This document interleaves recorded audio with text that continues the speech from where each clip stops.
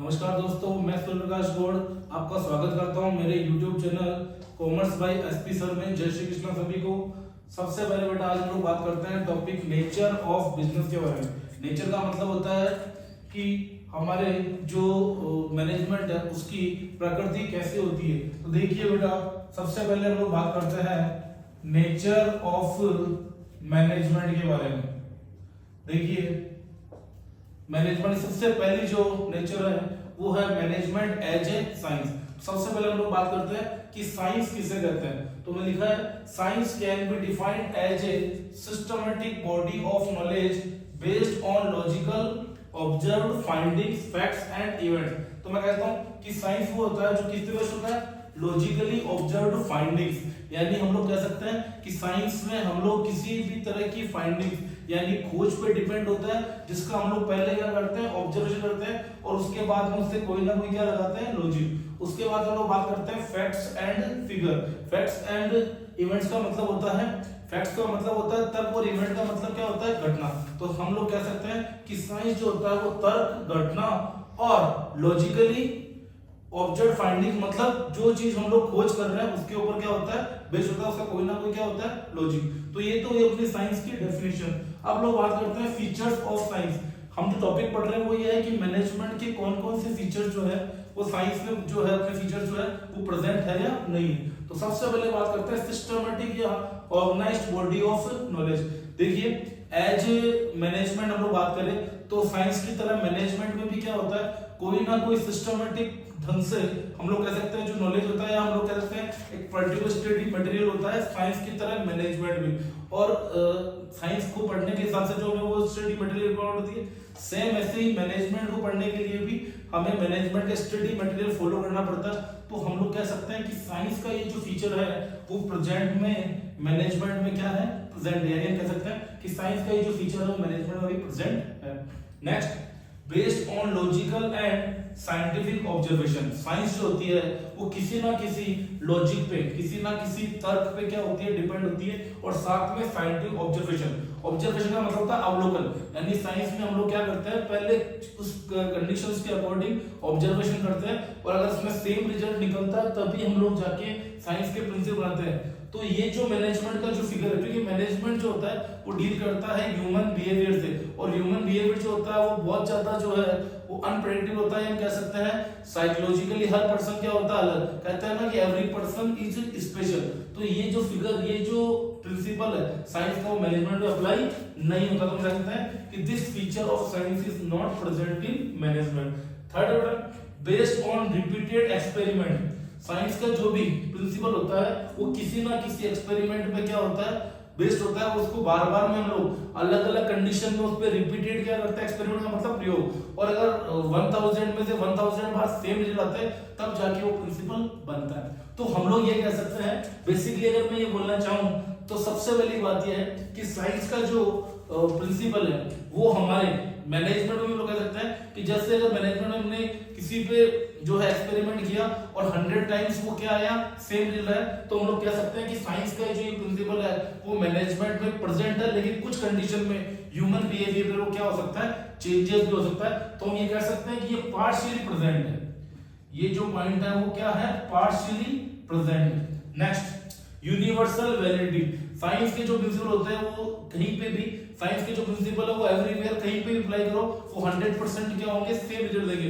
But मैंने भी just बताया था कि मैनेजमेंट के जो प्रिंसिपल होते हैं वो ह्यूमन बिहेवियर डिपेंड होता है। ह्यूमन बिहेवियर क्या होता है, अलग होता है। हर पर्सन साइकोलॉजिकली क्या होता है, अलग। तो साइंस का जो प्रिंसिपल है वो यूनिवर्सल जो है वैलिडिटी होता है, बट साइंस का जो प्रिंसिपल है मैनेजमेंट में अप्लाई नहीं होता। तो क्या बोलेंगे, this feature of science is not present in management. तो लास्ट में हम लोग बात करते हैं कंक्लूजन। कंक्लूजन में बात करते हैं हम लोग किसके बारे में, निष्कर्ष के बारे में। तो निष्कर्ष के बारे में हम लोग बात करें तो सबसे बड़ी बात क्या है, साइंस के हिसाब से करें तो मैनेजमेंट को हम ये कह सकते हैं कि मैनेजमेंट जो वो इनएग्जैक्ट साइंस है, प्योर साइंस नहीं कह सकते, क्योंकि इसके केवल एक तो जो है फर्स्ट वाला और एक जो है वो थर्ड वाला वो पार्शियली प्रेजेंट है। इसका मतलब मैनेजमेंट या साइंस क्या कह सकते हैं, इनएग्जैक्ट साइंस, या फिर इसको हम लोग जो है बोल सकते हैं सोशल साइंस। तो लास्ट में हम लोग क्या बोलेंगे, कंक्लूजन में मैनेजमेंट क्या है, इनएग्जैक्ट साइंस और प्योर साइंस नहीं कह सकते, इसको टोटली हम लोग क्या बोलेंगे, सोशल साइंस। क्लियर? ठीक है बेटा, समझ में आया? मेरे ख्याल से आपको समझ में आया होगा। नेक्स्ट हम लोग बात करते हैं किसके बारे में, management as an art. Art का मतलब क्या होता है, कला। और कला के लिए हम लोग क्या क्या बताएं, systematic body of knowledge which requires skill, creativity and practice. इसका मतलब कला में केवल हमें तीन चीज चाहिए। मैनेजमेंट एज एन आर्ट में तीन चीजों की बात करते हैं हम लोग, स्किल, क्रिएटिविटी और प्रैक्टिस। स्किल का मतलब होता है कौशल, और क्रिएटिविटी का मतलब होता है सृजनात्मकता। जो हम लोग खुद अपना ऐड करते हैं वो क्या होता है, क्रिएटिविटी। और प्रैक्टिस का मतलब क्या होता है, अभ्यास, जिसके लिए हम लोग बोलते हैं कि प्रैक्टिस मेक्स मैन परफेक्ट। तो आर्ट के लिए हम लोग तीन चीजें की बात करते हैं, skill, creativity and practice to get perfection. अगर इसको डायरेक्टली पूरा करूं मैं, तो we require skill, creative, practice to get perfection. Next हम लोग बात करते हैं features of art. First, same systematic body of knowledge. Art की तरह मैनेजमेंट में भी क्या होता है, पर्टिकुलर स्टडी मटेरियल होता है, जिसको पढ़ के हम लोग मैनेजमेंट के प्रिंसिपल्स को माइंड में रख के हम लोग मैनेजमेंट को सीख सकते हैं। तो ये कह सकते हैं ये जो फीचर है वो मैनेजमेंट का क्या है, अभी भी आर्ट्स का जो है वो क्या है, फीचर प्रेजेंट है। Next, personalised application. देखिए कोई भी आर्ट होती है तो सबसे मेन चीज काम करती है पर्सनल एप्लीकेशन। जैसे मैं बात करूं कि हमारा जो संगीत होता है वो 7 सुरों से मिलता है, सारे गामा पादा निसा।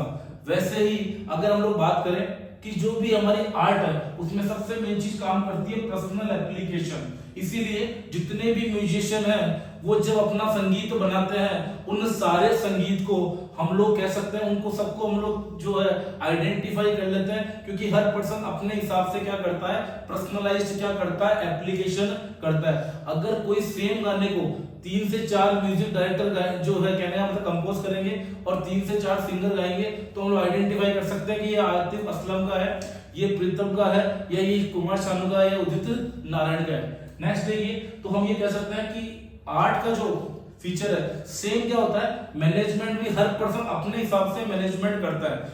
अलग अलग कंडीशंस के हिसाब से हर पर्सन अलग अलग डिसीजंस लेता है। इसलिए हम लोग कह सकते हैं कि मैनेजमेंट का जो ये फीचर है, या मैं कहता हूं आर्ट का जो फीचर वो मैनेजमेंट में भी क्या है, प्रेजेंट है, क्योंकि हर पर्सन अपना पर्सनलाइज क्या करता है, एप्लीकेशन करता है। Third point, based on practice and creativity. Practice means अभ्यास एंड क्रिएटिविटी मींस सृजनात्मकता। मैंने अभी जस्ट बात की थी कि प्रैक्टिस मेक्स मैन परफेक्ट।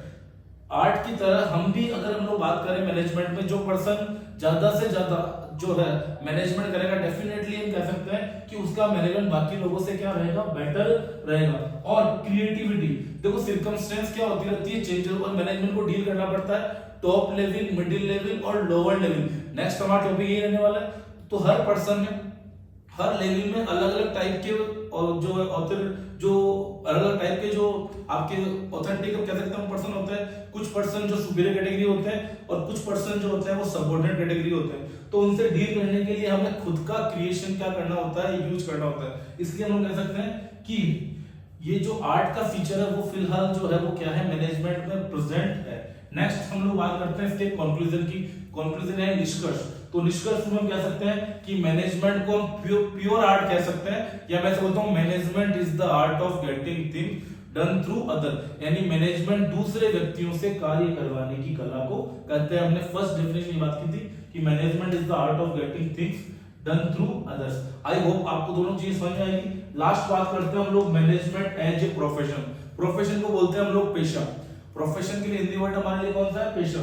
तो प्रोफेशन की डेफिनेशन क्या होगी, an occupation backed by specialised knowledge. यानी सबसे पहले चीज जो हमारे प्रोफेशन में काउंट होती है वो होती है स्पेशलाइज्ड नॉलेज, और एक चीज क्या काउंट होती है, ट्रेनिंग। यानी प्रोफेशन जो है, प्रोफेशन में एंटर करने के लिए हमें क्या चाहिए, स्पेशलाइज्ड नॉलेज। यानी मतलब जैसे लोग जो है डॉक्टर की फील्ड में जाए तो हमें एमबीबीएस की डिग्री लेनी पड़ेगी, एमबीबीएस जो है वो पास करना पड़ेगा। ये हो गया उसका स्पेशलाइज्ड नॉलेज, और उसकी हमें क्या लेनी पड़ेगी, ट्रेनिंग। एक चीज और ऐड कर सकते हो आप इसमें, इसके लिए अलग से क्या रहेगा, प्रेस्क्राइब्ड सिलेबस। और इसकी सबसे बड़ी बात क्या है, इसकी एंट्री जो होगी वो क्या होगी, रेस्ट्रिक्टेड। जैसे हम लोग कुछ प्रोफेशंस की बात करते हैं, doctor, engineer, chartered accountant, lawyer, इन सभी की एंट्री जो है वो रेस्ट्रिक्टेड है। एंट्री रेस्ट्रिक्टेड मतलब क्या होता है कि इसमें एंटर करने के लिए हमें इसकी एक एंट्रेंस एग्जाम जो है वो पास करना पड़ता है। एग्जाम्पल देता हूँ आपको, जैसे डॉक्टर्स में एंटर के लिए आपको नीट का एग्जाम पास करना पड़ेगा, सीए में एंटर करने के लिए आपको सीए फाउंडेशन या पहले इसको बोलते थे सीपीटी कॉमन प्रोफिशिएंसी टेस्ट, उस एग्जाम को पास करने के बाद में ही आप इस प्रोफेशन में एंटर कर सकते हैं। नेक्स्ट बात करते हैं इसके फीचर्स ऑफ प्रोफेशन के बारे में। तो देखिए सबसे पहला well defined body of knowledge, ये अपने दोनों तीनों पॉइंट में बात की थी। वेल डिफाइंड का सिंपल सा मतलब होता है कि जो अपने मैनेजमेंट होता है उसमें भी आपके जो प्रोफेशन है उसकी तरह ही क्या होता है, स्टडी मटेरियल अवेलेबल होता है। तो हम कह सकते हैं कि फीचर जो है वो प्रोफेशन का मैनेजमेंट में क्या है, प्रेजेंट है। नेक्स्ट है रेस्ट्रिक्टेड एंट्री। देखिए हर प्रोफेशन में मैंने जैसे बात की थी कि सब में अगर हमें डॉक्टर बनना तो हमें नीट का एग्जाम पास करना पड़ेगा और पास भी अच्छे मार्क्स से क्वालिफाई करना पड़ेगा। सेम चीज है हमें सीए बनने के लिए सीए फाउंडेशन एग्जाम पास करने के लिए उसकी एंट्री क्या रहेगी, रेस्ट्रिक्टेड रहेगी। लेकिन अभी तक जो मैनेजमेंट का फील्ड है, जो पर्सन है बिना किसी एग्जाम को पास किए भी अच्छे से मैनेज कर सकता है, तो अभी तक तो इसे इंक्लूड नहीं किया गया। तो हम लोग कहेंगे ये फीचर जो है, this feature of management is not present in profession but very soon it is included with statutory banking. Next presence of professional association. देखिए कोई भी प्रोफेशन होता है उसके पीछे कोई ना कोई क्या होता है, एसोसिएशन होता है। जैसे बात करूं डॉक्टर की तो वहां पे होता है ऑल इंडिया मेडिकल एसोसिएशन को बोलते हैं AIMA, और वकील्स के लिए होता है, जो हमारा लॉयर जो होते हैं उनके लिए होता है बार काउंसिल ऑफ इंडिया, और सभी वकील को उसका मेंबर होना जो है वो क्या होता है, कंपल्सरी है। लेकिन अभी तक हमारे जो मैनेजमेंट के फील्ड में ऐसा कोई भी ऐसा जो कोई भी है अभी एसोसिएशन या प्रोफेशनल एसोसिएशन नहीं बना है। फ्यूचर में हो सकता है कि इसके लिए भी ऑल इंडिया मैनेजमेंट एसोसिएशन बने, लेकिन अभी तक ऐसी कोई संभावना नहीं है। तो हम लोग कह सकते हैं कि this feature of profession is not present in management but very soon it will be included with statutory banking. Clear. Next existence of ethical codes. Profession में किसी भी प्रोफेशन से डॉक्टर होता है या किसी भी तरह सीए, सभी में एक एथिकल कोड जो है वो क्या होता है, हमें फॉलो करना होता है। यानी एथिकल कोड मतलब उसके डूज एंड डोंट्स होते हैं, वो हमें फॉलो करने होते हैं। लेकिन अगर हम लोग बात करें एज ए मैनेजमेंट, तो अभी तक मैनेजमेंट में ऐसा कोई कोड ऑफ कंडक्ट या एथिकल कोड्स नहीं बना है। तो हम कह सकते हैं कि ये फीचर जो है प्रोफेशन का अभी मैनेजमेंट में प्रेजेंट नहीं है। तो क्या बोलेंगे, this feature of profession is not present in management but very soon it will be included with statutory backing. And the last is service motive. Service का मतलब क्या होता है, सेवा करना। देखिए प्रोफेशन जैसे डॉक्टर्स होता है, इंजीनियर्स होते हैं, या आपके चार्टर्ड अकाउंटेंट है, टीचर्स है, लॉयर है, इन सभी का मोटिव कहीं ना कहीं क्या होता है, सर्विस करना होता है, यानी सेवा करना होता है। लेकिन मैनेजमेंट में अभी तक जो है वो सर्विस के लिए किसी तरह कोई प्रोविजन नहीं है। तो हम कह सकते हैं कि this feature of profession is not present in management but very soon it will be included with statutory banking. तो हम लोग कह सकते हैं कि ये फीचर भी जो है प्रोफेशन का मैनेजमेंट प्रेजेंट नहीं है।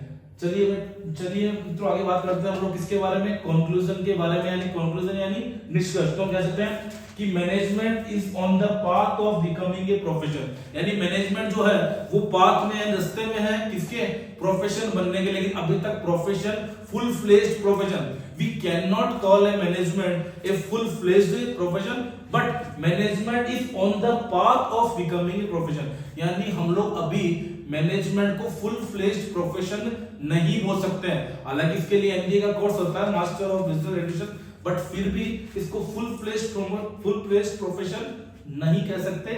अभी हम इसको आज के लिए क्या कहेंगे, इसको हम लोग बोलेंगे management is the path of becoming an profession. यानी हम लोग कह सकते हैं कि मैनेजमेंट जो है वो प्रोफेशन बनने के क्या है, रास्ते पे। तो सभी को मेरे ख्याल से आज का ये टॉपिक समझ में आएगा, management as a science, management as an art और मैनेजमेंट एज ए प्रोफेशन। नमस्कार दोस्तों, मिलते हैं कल नई वीडियो के साथ में। तब तक के लिए मेरे चैनल को लाइक करें, सब्सक्राइब करें और कमेंट करें। जय श्री कृष्ण।